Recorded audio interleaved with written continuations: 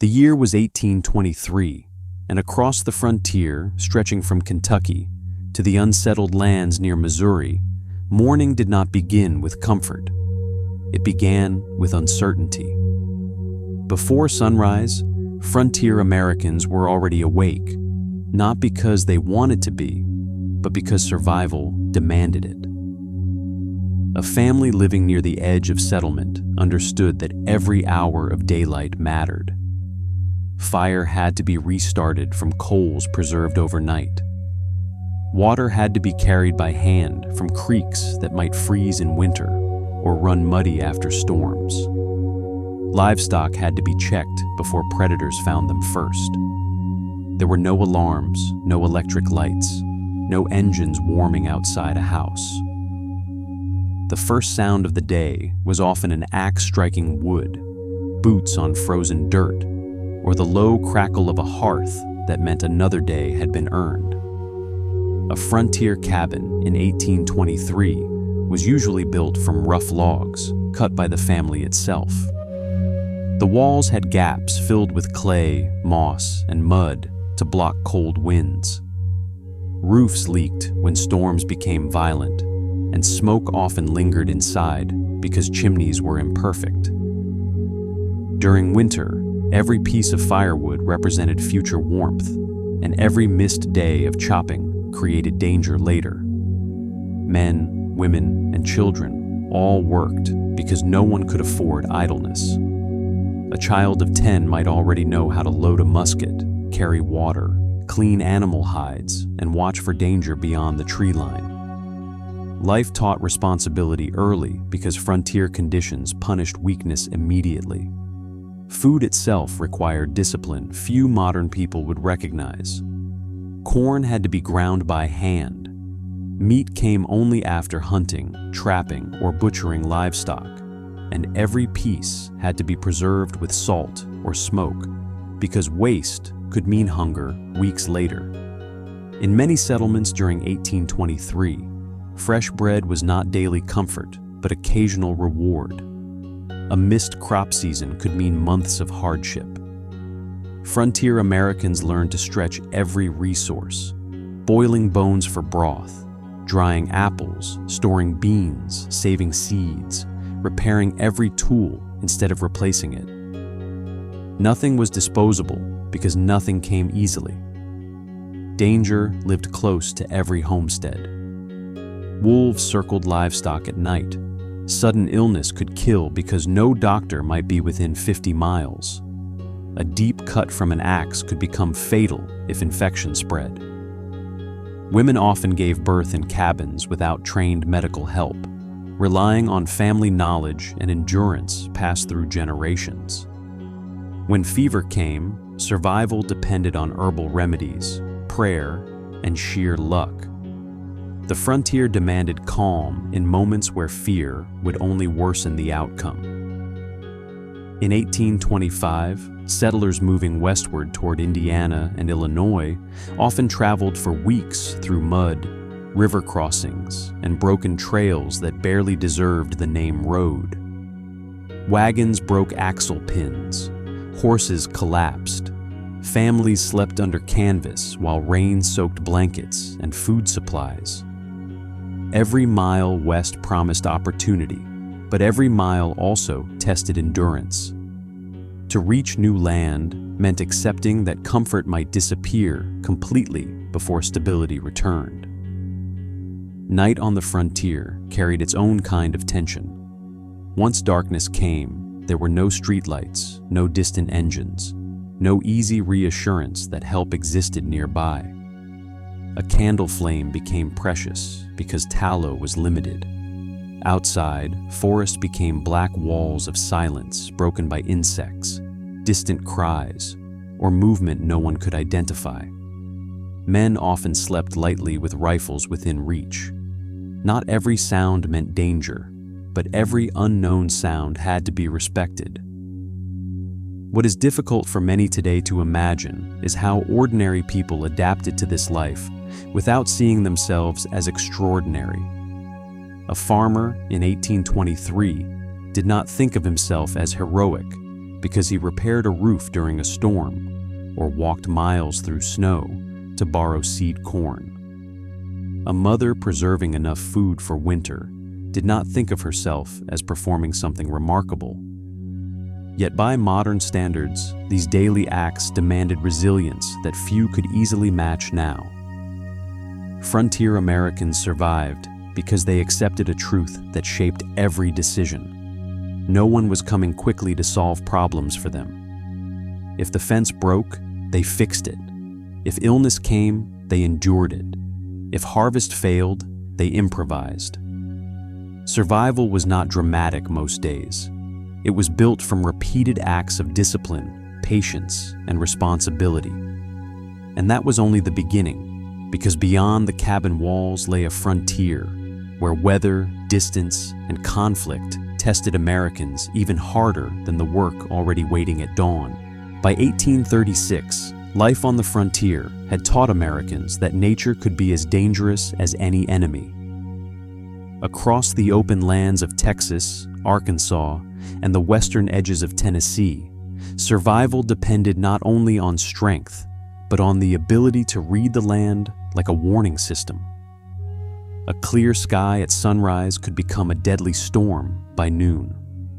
Rivers that seemed calm at dawn could rise by evening and swallow wagons, livestock, and entire supply routes.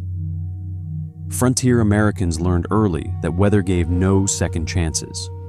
In 1836, many families on the frontier still lived far from organized towns. A trip to buy flour, salt, nails, or lamp oil could require 2 full days by horseback or wagon. That meant every storm had serious consequences. If heavy rain destroyed a bridge or turned dirt roads into deep mud, a family might lose access to supplies for weeks. A broken wheel was not an inconvenience.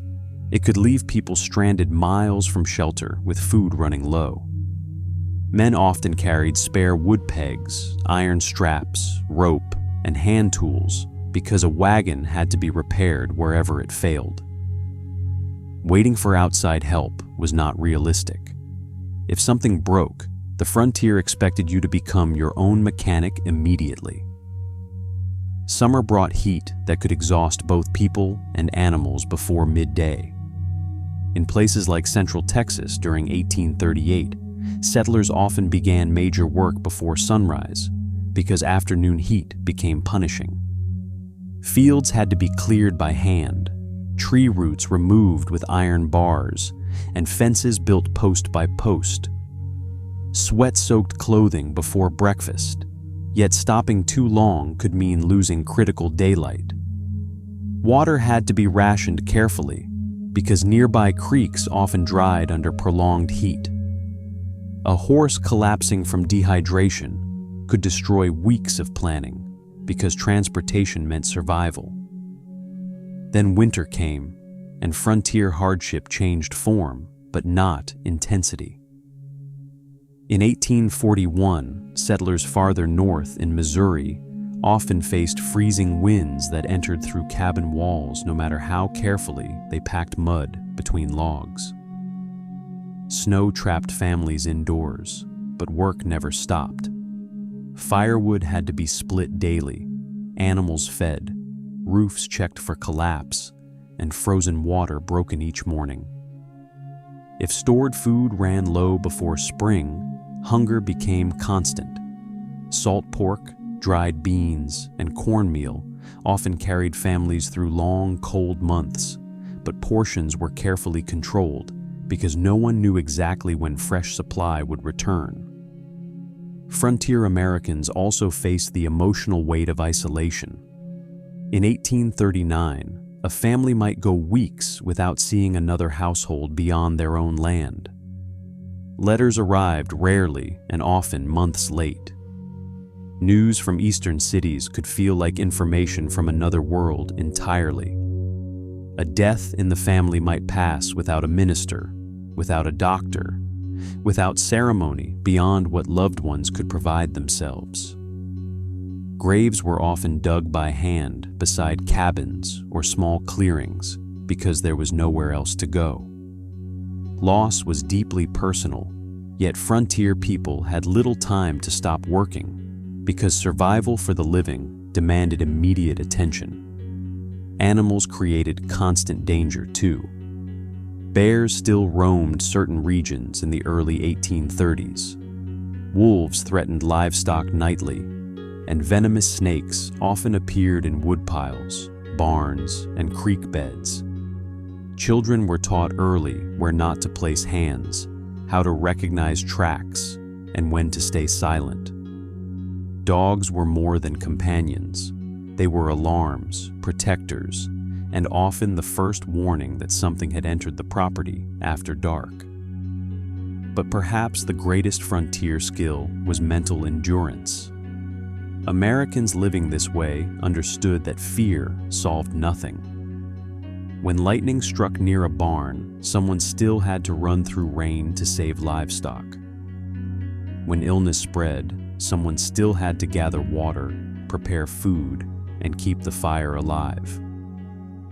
During drought years, men rode farther each week, searching for grazing land, while women found ways to stretch smaller harvests into enough meals to keep children alive.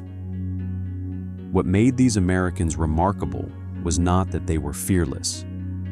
It was that they acted despite knowing how much could go wrong. They accepted hardship as normal because complaint changed nothing. Pride came from endurance itself, from seeing another sunrise after a season that should have broken weaker people. And by the early 1840s, many frontier families faced one more challenge, even harder than weather, hunger, or distance: defending what they had built when danger came directly to their doorstep. By 1844, many frontier Americans had reached a point where survival meant more than enduring weather, distance, and hunger. It meant protecting everything they had built with their own hands. A cabin on the frontier was never just a home. It represented months or years of labor: trees cut by axe, fields cleared root by root, fences raised post by post, livestock guarded through storms, and crops planted under constant uncertainty. When danger approached, whether from theft, fire, flood, or armed conflict, frontier families understood that losing one season of work could erase years of progress overnight. In parts of Texas during 1844, many settlements were still isolated enough that every household maintained some level of defense. Rifles were kept loaded but protected from moisture. Powder was stored carefully because replacing it could take weeks. Men taught sons early how to shoot accurately, not for sport, but because poor aim wasted powder and could mean the difference between food and hunger, or safety and disaster. Women also understood firearms because there were days when men traveled for supplies or cattle, and someone still had to defend the homestead. Fire was one of the greatest fears. A single spark in dry conditions could destroy a cabin, barn, stored corn, and winter survival in one afternoon. In 1845, frontier families often kept buckets ready near wells and cleared brush away from structures because once flames spread through dry timber, little could stop them. At night, before sleep, embers were checked carefully. A mistake after dark could mean waking to smoke with no time to save anything except lives. The frontier also demanded constant alertness during travel. A simple trip between settlements in 1846 could take a full day through open prairie, forest trails, and river crossings where no bridge existed. Travelers carried food, spare rope, flint, knives, and blankets because delays were expected. If a horse threw a shoe or a wheel broke miles from shelter, night might arrive before repair was complete. Sleeping outdoors meant listening carefully. Not every sound was dangerous, but ignoring the wrong sound could be fatal. Water crossings were especially feared. Rivers in places like eastern Texas and southern Missouri could appear manageable in morning light, yet become violent by afternoon if rainfall upstream had not yet reached visible sections downstream. Families learned to test current strength before wagons entered. Men often crossed first on horseback, checking depth while others waited. If a wagon tipped, supplies could vanish in minutes. Flour dissolved, tools sank, and ammunition became useless. Yet frontier Americans were not defined only by danger. They were sustained by a powerful sense of ownership and identity. A small farm earned through hardship carried enormous meaning. In 1847, planting a successful field after several failed seasons felt like proof that effort still mattered. Harvest time became more than practical success. It confirmed that discipline had defeated uncertainty again.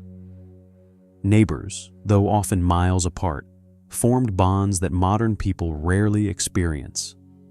When a barn needed raising, families came from across the area. When illness struck, women arrived carrying broth, cloth, and remedies. When a storm destroyed a roof, men appeared with axes, nails, and spare timber. Pride and self-reliance existed, but so did a clear understanding. Frontier survival improved when decent people answered each other's need without delay. Children grew up fast because frontier life gave little room for delay. By 1848, a boy might already guide livestock, split wood, and ride alone for water.